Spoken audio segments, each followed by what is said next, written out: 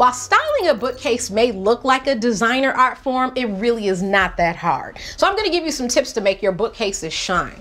The first thing I want to consider is the bookcase itself.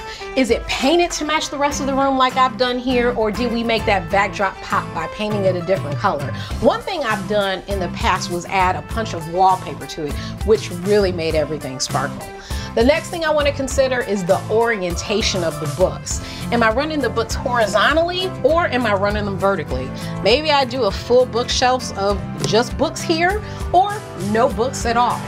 The next thing that I want to bring in is my accessories. I'm finding things like around my house like small vases, maybe a framed out piece of art such as this, or I may have a cute little tiny photograph or a ginormous bowl like I've done here. All in all, take time and really take a look at your bookcases when you're doing them, and if they look good to you, then they look good to me. I'm just here to help.